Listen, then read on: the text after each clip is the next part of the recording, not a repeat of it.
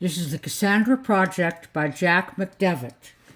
And about Jack McDevitt, it says, Jack McDevitt has been described by Stephen King as the logical heir to Isaac Asimov and Arthur C. Clarke. He's the author of 23 novels, 12 of which have been Nebula finalists. Seeker won the award in 2006. He's also won the John W. Campbell Memorial Award and the Robert A. Heinlein Lifetime Achievement Award. The International Astronomical Union has put his name on an asteroid. His current books are The Long Sunset, released by Saga, and a story collection, A Voice in the Night, from Subterranean. McDevitt has been an English teacher, a naval officer, a customs officer, and a Philadelphia taxi driver. He's married to the former Marine McAdams and resides in Brunswick, Georgia. This is the Cassandra Project.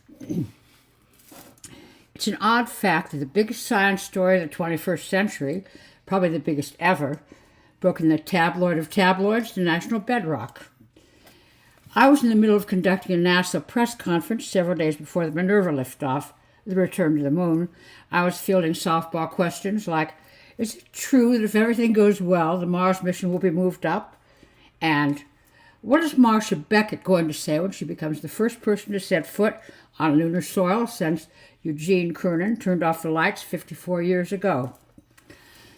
President Gorman and his Russian counterpart, Dmitry Alexandrov, were scheduled to talk to the press from the White House an hour later, so I was strictly a setup guy. Or that was the plan anyway, until Warren Cole mentioned the dome. It was a good time for NASA. We all knew the dangers inherent in overconfidence, but 2 orbital missions had gone up without a hitch. Either of them could have landed and waved back at us. And the rumor was that Sid Mishko had almost taken the game into his own hands, and that the crew had put in a vote whether they'd ignore the protocol and go down to the surface regardless of the mission parameters. Sid and his 5 crewmates denied the story, of course. I just made the point to the pool of reporters that it was Richard Nixon who turned off the lights, not the astronaut Eugene Cernan, when Warren Cole began waving his hand.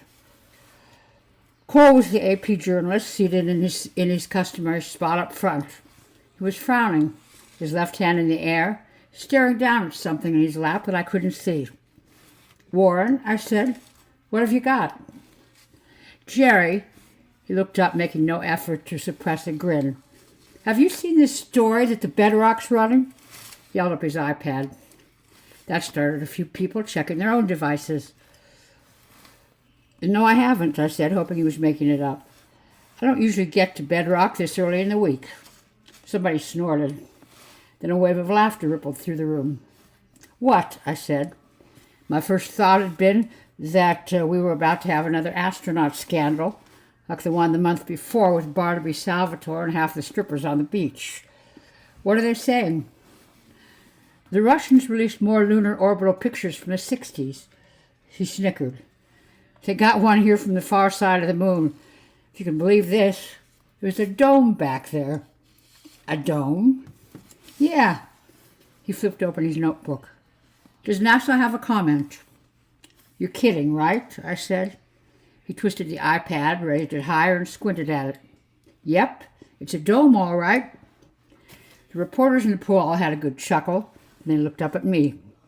Well, I said, I guess Buck Rogers beat us there after all. It looks legitimate, Jerry, Cole said, but he was still laughing. I didn't have to tell him what we all knew. It was a doctored picture. It must have been a slow week for scandals. If the image was doctored, the deed had to have been done by the Russians.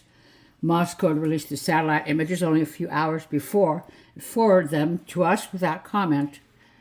Apparently nobody on either side had noticed anything unusual, except the Bedrock staff. I hadn't looked at the images prior to the meeting. I mean, once you've seen a few square miles of lunar surface, you've pretty much seen it all. The dome, if that's really what it was, appeared in every image in the series. They were dated April 1967.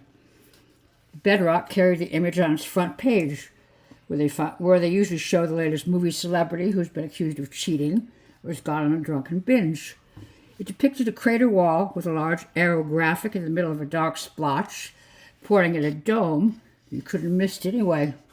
The headline read, "Aliens on the Moon." Russian pictures reveal base on far side. Images taken before Apollo. I sighed and pushed back from my desk. We just didn't need this. But it did look like an artificial construct. The thing was on the edge of a crater shaped like the head of a bullet. It was either a reflection, an illusion of some sort, or it was a fraud. But the Russians had no reason to set themselves up as a laughingstock. It sure as hell looked real. I was still staring at it when the phone rang. It was Mary, NASA's administrator, my boss.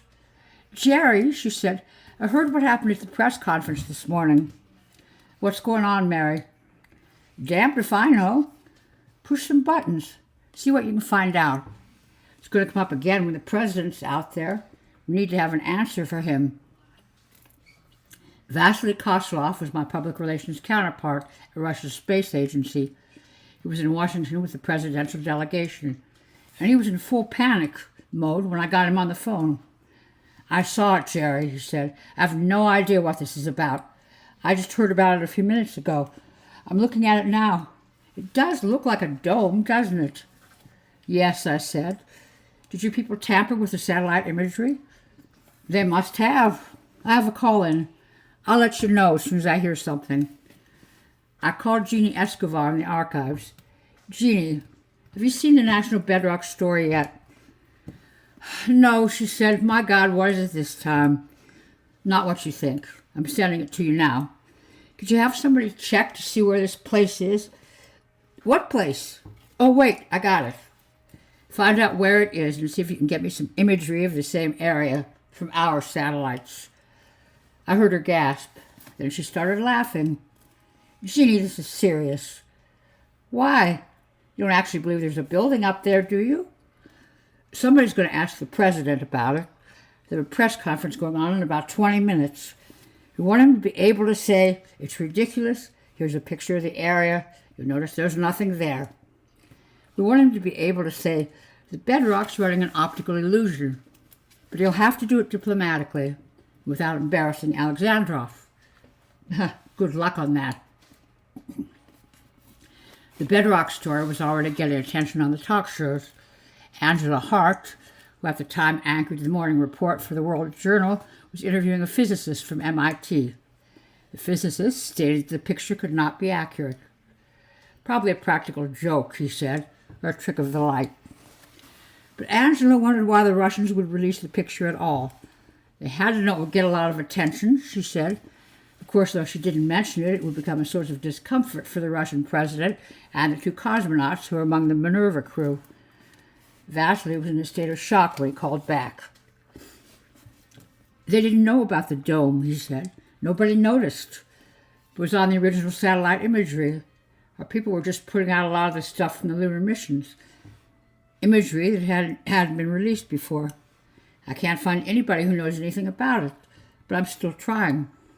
"Vasily," I said, "somebody must have seen it at the time, in 1967. "I guess."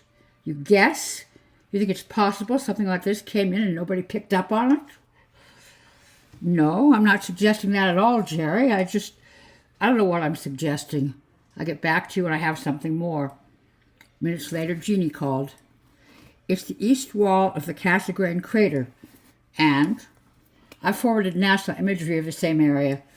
I switched on the monitor and ran the images. There was the same crater wall, same pockmarked moonscape, but no dome. Nothing at all unusual. Dated July 1968, within a year after the Soviet imagery. I called Mary and told her.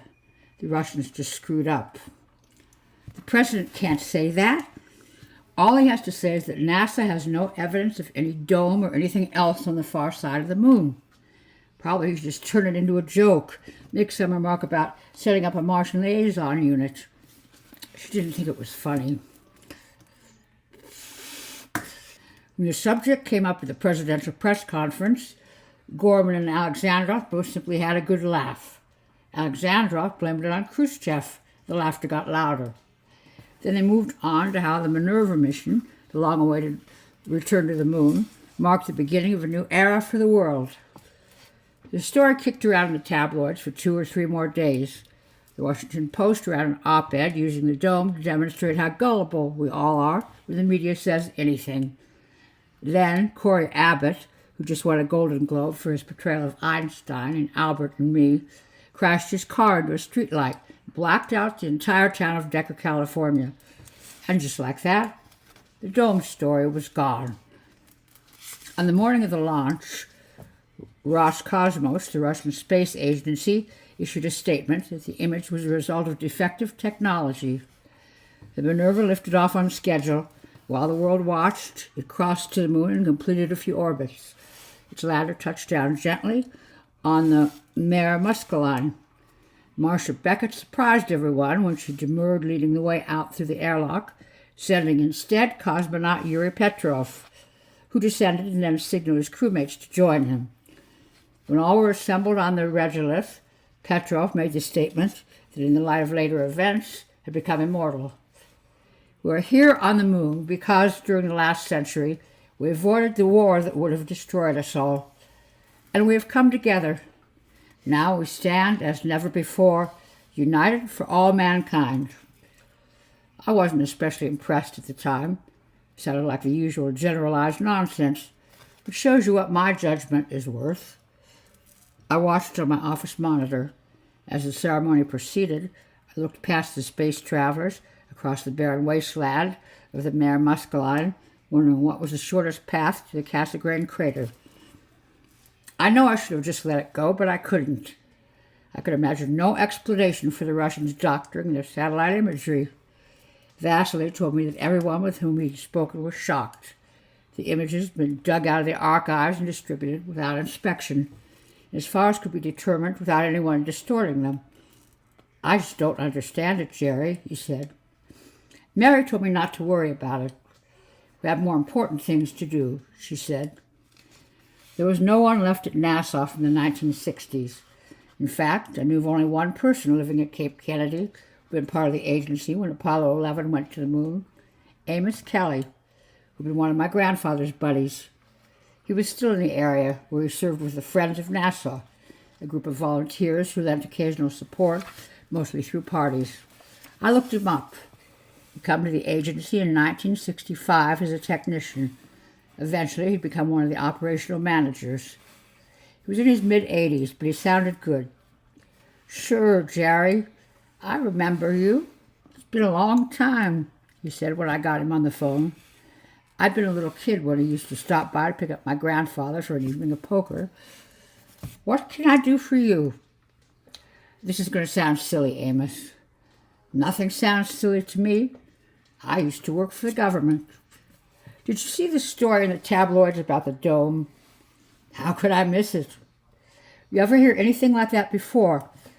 You mean, did we think there were Martians on the moon?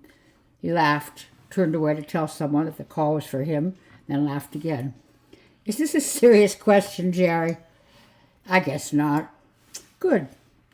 By the way, you've done pretty well for yourself at the agency.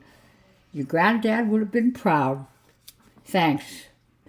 He told me how much he missed the old days, missed my grandfather, how they'd had a good crew.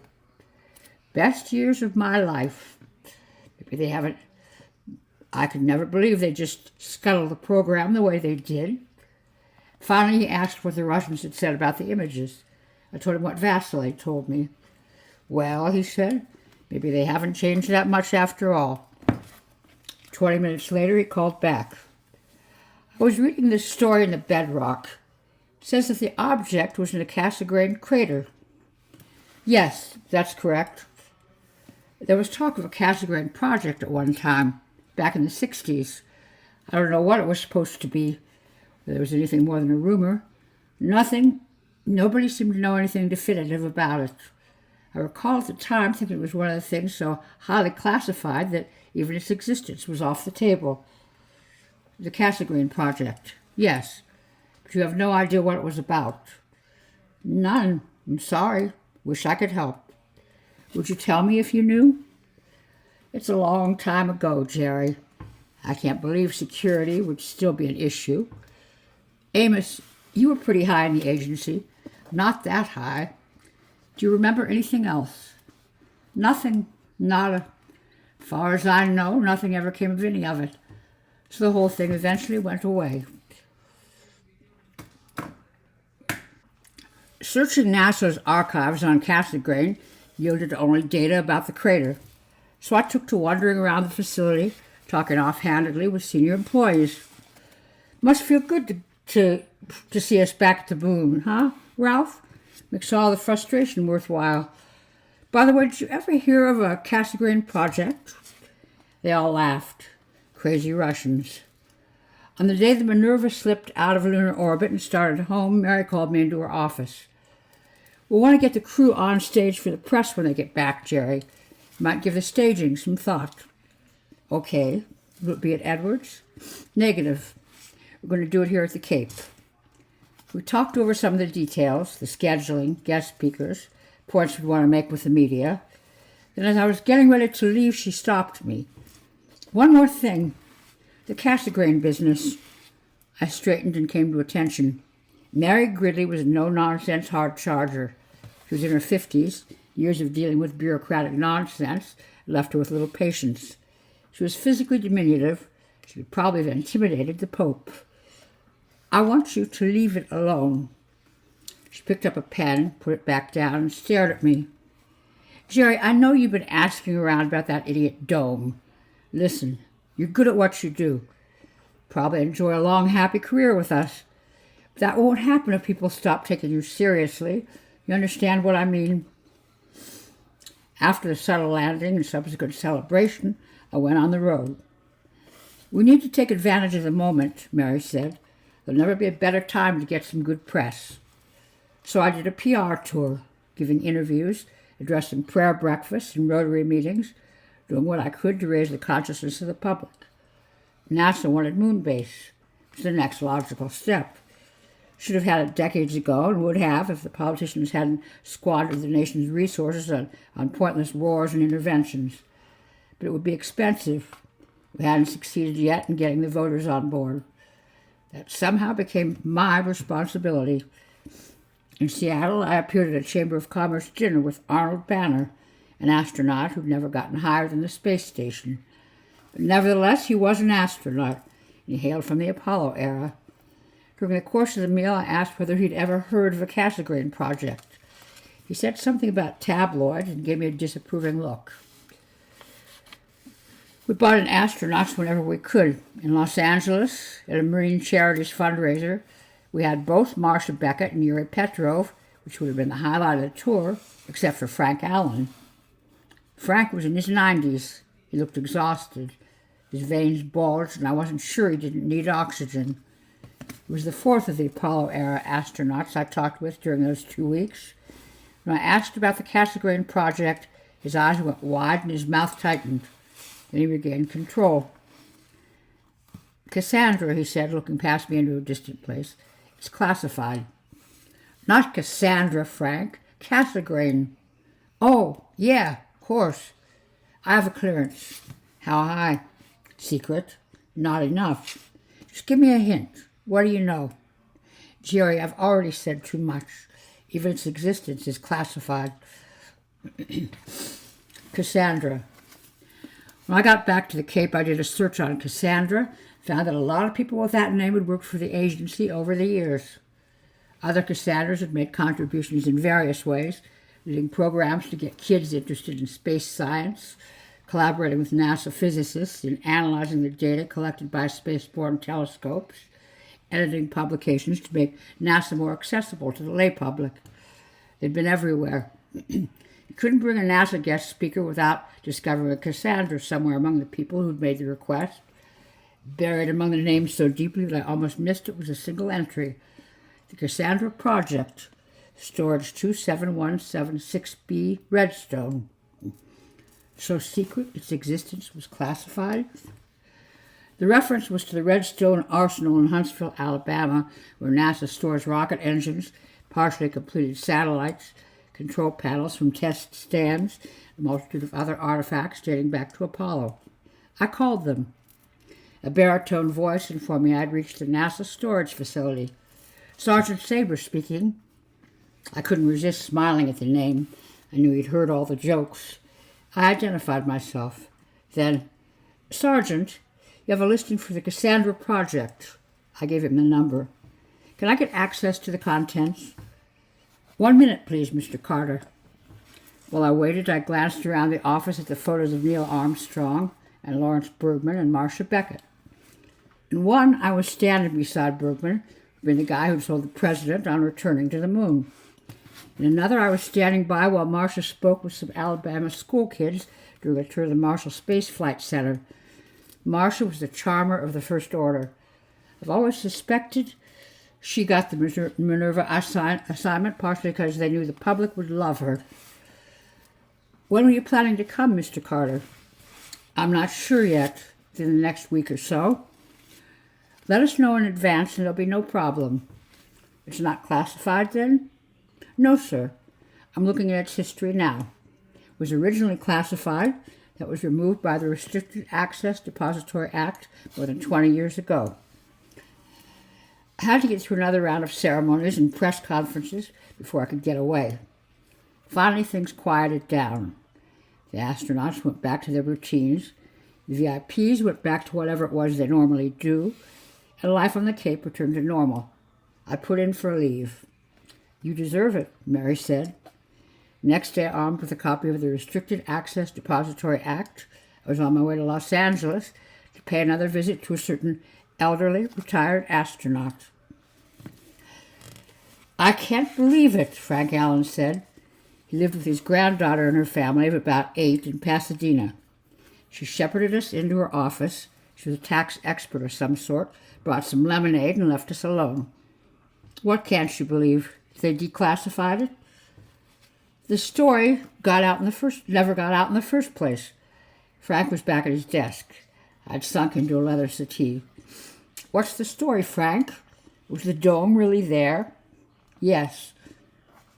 NASA doctored its own Cassegrain imagery to eliminate all traces. I don't know anything about that. So what do you know? They sent us up to take a look in late 1968. He paused. We landed almost on top of the damn thing. Before Apollo 11? Yes. I sat there in shock. And I've been around a while, so I don't shock easily. They advertised the flight as a test run, Jerry. It's supposed to be purely an orbital mission. Everything else, the dome, the descent, everything was top secret. Didn't happen. You actually got to the dome? He hesitated. A lifetime of keeping his mouth shut was getting in the way. Yes, he said. We came down about a half-mile away. Max was brilliant. Max Donnelly, the lunar module pilot. What happened? I remember thinking the Russians had beaten us. They'd gotten to the moon and we hadn't even known about it. There aren't any antennas or anything, just a big silvery dome, about the size of a 2-story house. No windows, no hammer and sickle markings, nothing except a door. We had sunlight. The mission had been planned so we wouldn't have to approach in the dark. He shifted his position in the chair and bit down on a grunt. You okay, Frank? My knees, they don't work as well as they used to. He rubbed the right one, then rearranged himself, gently this time. We didn't know what to expect. Max said he thought the thing was pretty old because there were no tracks on the ground. We walked up to the front door. It had a knob. I thought the place would be locked, but I tried, and the thing didn't move at first, but then something gave way. I was able to pull the door open. What was inside? A table. There was cloth on the table, something flat under the cloth. And that's all there was. Nothing else? Not a thing. He shook his head. Max lifted the cloth. Under it was a rectangular plate made from some kind of metal. He stopped and stared at me. There was writing on it. Writing? What did it say? I don't know. Never found out. Looked like Greek. We brought the plate back home with us, turned it over to the bosses. Next thing they called us in and debriefed us. Reminded us that it was all top secret. Whatever the thing said, it must have scared the bejesus out of Nixon and his people, because they never said anything. I guess the Russians didn't either. You never heard anything more at all? Well, other than the next Apollo mission, which went back and destroyed the dome, leveled it. How do you know? I know the crew. We talked to each other, right? They wouldn't say it directly, just shook their heads. Nothing to worry about anymore. Outside, kids were shouting, tossing a football around. Greek? That's what it looked like. A message from Plato? He just shook his head as if to say, who knew? Well, Frank, guess that explains why they call it the Cassandra Project. She wasn't a Greek, was she? You have another theory? Maybe Cassegrain was too hard for the people at the Oval Office to pronounce. I told Mary what I knew. She wasn't happy. I really wish you'd leave it alone, Jerry. There's no way I could have done that. Not now, anyway. She let me see her frustration. You know what it'll mean for the agency, right? If NASA lies about something like this, it becomes public knowledge, nobody will ever trust us again. It was a long time ago, Mary. Anyhow, the agency wasn't lying. It was the administration. Yeah, she said. Good luck selling that one to the public. The NASA storage complex at the Redstone Arsenal in Huntsville is home to rockets, a lunar landing vehicle, automated telescopes, satellites, a space station, and a multitude of other devices that had kept the American space program alive, if not particularly robust, over almost 70 years. Some were housed inside sprawling warehouses. Others occupied outdoor exhibition sites. I parked in the shadow of a Saturn V, the rocket that had carried the Apollo missions into space. I've always been impressed with the sheer audacity of anybody who'd be willing to sit on top of one of those things while someone lit the fuse. Had it been up to me, we'd probably never have lifted off a Kitty Hawk. I went inside the archive office, got directions and a pass. 15 minutes later, entered one of the warehouses. An attendant escorted me past cages and storage rooms filled with all kinds of boxes and crates. Somewhere in the center of it all, we stopped at a cubicle while the attendant compared my pass with the number on the door. The interior was visible through a wall of wire mesh. Cartons were piled up, all labeled. Several were open, with electronic equipment visible inside them. The attendant unlocked the door and we went in. He turned on an overhead light and did a quick survey, settling on a box that was one of several on a shelf. My heart rate started to pick up while I looked at the tag. This is it, Mr. Carter, he said. Cassandra. Is this everything? He checked his clipboard. This is the only listing we have for the Cassandra Project, sir. Okay, thanks. My pleasure. There was no lock. He raised the hasp on the box, lifted the lid, stood back to make room. He showed no interest in the contents. Probably did this all the time, so I don't know why that surprised me. Inside, I could see a rectangular object wrapped in plastic. I couldn't see what it was, but of course I knew. My heart was pounding by then. The object was about 1.5 feet wide, maybe half as high. It was heavy. I carried it over to a table and set it down. Wouldn't do to drop it. Then I unwrapped it. The metal was black, polished, reflective, even in the half-light over the overhead bulb. Sure enough, they were the Greek characters, 8 lines of them. The idea that Plato was saying hello seemed subtly less far-fetched. I took a picture, several pictures. Finally, reluctantly, I rewrapped it and put it back in the box. So, said Frank, what did it say? I have the translation here. I fished it out of my pocket, but he shook his head. My eyes aren't that good, Jerry. Just tell me who wrote it and what it says. We're back in the office at Frank's home in Pasadena. It was a chilly, rain-swept evening. Across the street, I could see one of his neighbors putting out the trash. It wasn't written by the Greeks. I didn't think it was. Somebody came through a long time ago, 2,000 years or so. They left the message. Apparently they wrote it in Greek because it must have looked like their best chance to leave something we'd be able to read, assuming we ever reached the moon. So what did it say? It's a warning. The creases in Frank's forehead deepened. Is the sun going unstable? No, I looked down at the translation. It says that no civilization anywhere has been known to survive the advance of technology. Frank stared at me. Say that again? They all collapse. They fight wars, or they abolish individual death, which apparently guarantees stagnation and exit. I don't know. Don't specify. Sometimes the civilization become too vulnerable to criminals. The inhabitants become too dependent on the technology, lose whatever virtue they might have had. Anyway, the message says that no technological civilization anywhere has been known to get old. Nothing lasts more than a few centuries, our centuries, once technological advancement begins, which for us maybe starts with the invention of the printing press. The oldest known civilization lasted less than 1,000 years. Frank frowned. He wasn't buying it. They survived. Hell, they had an interstellar ship of some kind. They said they were looking for a place to start again. Where they came from is a shambles. You're kidding. Says that maybe, if we know in advance, we can sidestep the problem. That's why they left the warning. Great. If they survive, they say they'll come back to see how we're doing.